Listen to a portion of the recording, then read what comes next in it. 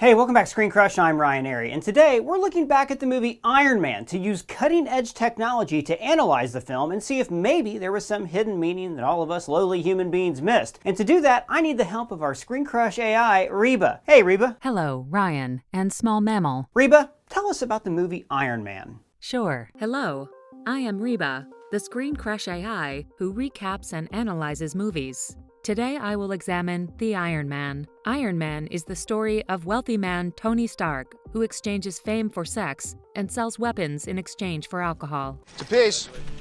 He is attacked, but stops to finish his tweet.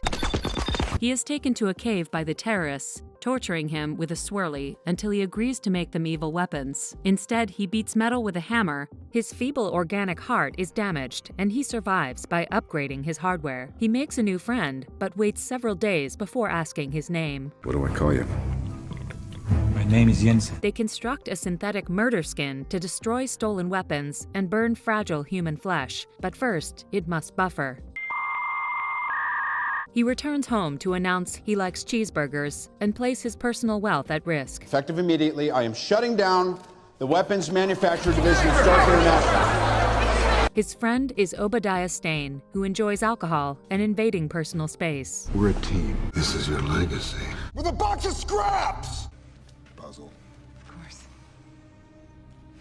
Tony constructs a new murder skin with the help of machines, who he treats badly.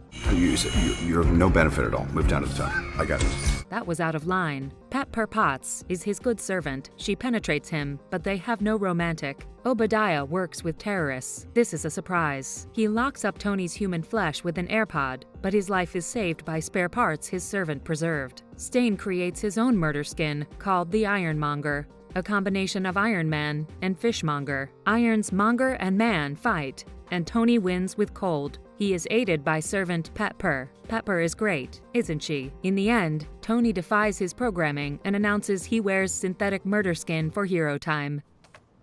I am Iron Man. These are the humans who stood near the machines that made the movie. Analyzing Iron Man. Analysis complete. Iron Man is the story of a man whose worldview does not change. When the film begins, he believes in powerful weapons. They say the best weapon is one you never have to fire. I respectfully disagree.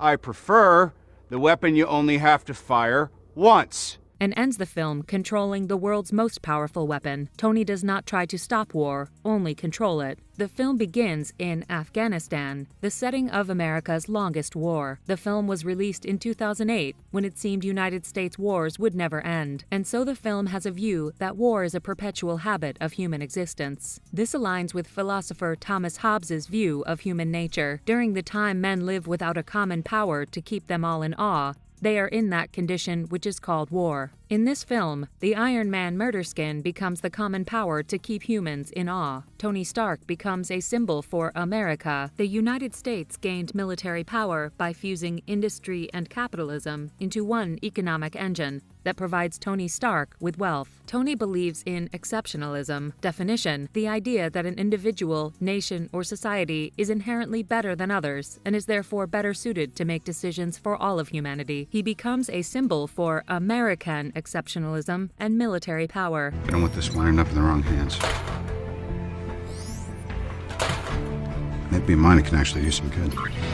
America has existed in a state of perpetual war since 1941, first fighting against the Axis, then the communism, then the drugs, and now the terrorism, until it was the world's only remaining superpower. Tony becomes a living superpower and a symbol of American superiority. It'll give me a bone to absolutely throw not. the boys This in one New stays York. with me. Tony and the Iron Man are forever integrated. They are each powered by the arc reactor that was created by Tony's father, so his power, like America's, is inherited. That's how Dad did it. That's how America does it. And it's worked out pretty well so far. Obadiah Stane represents unchecked war. He seeks to profit from war regardless of ideology until he becomes the personification of war itself. He believes that the right to wage war belongs to those with the capital to possess weaponry. This is Darwinian capitalism, the belief that economic wealth determines strength. This is in opposition to Tony's view of exceptionalism and personal responsibility. You really think that just because you have an idea, it belongs to you?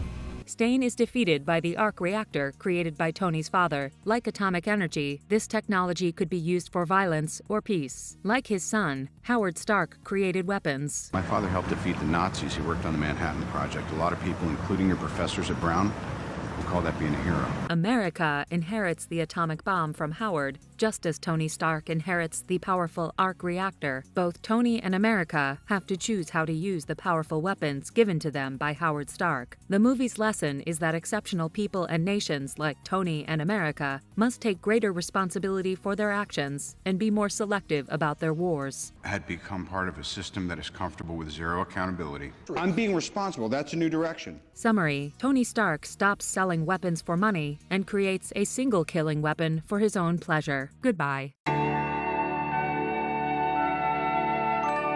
Now, Reba made a good point about Iron Man, saying that Tony Stark didn't really change within that movie. And I don't think Jon Favreau intended that. I think when he made Iron Man, he was saying, yeah, like Tony's different by the end of it. Didn't really see things from that perspective. But kind of without meaning to, he set Tony up for this grand arc that travels throughout like 30 movies in the MCU. In Iron Man 2, he's still very much a selfish person who backslides. When he thinks he's dying, he parties and he uses the Iron Man suit irresponsibly. Give me a fat beat to beat my buddy's ass.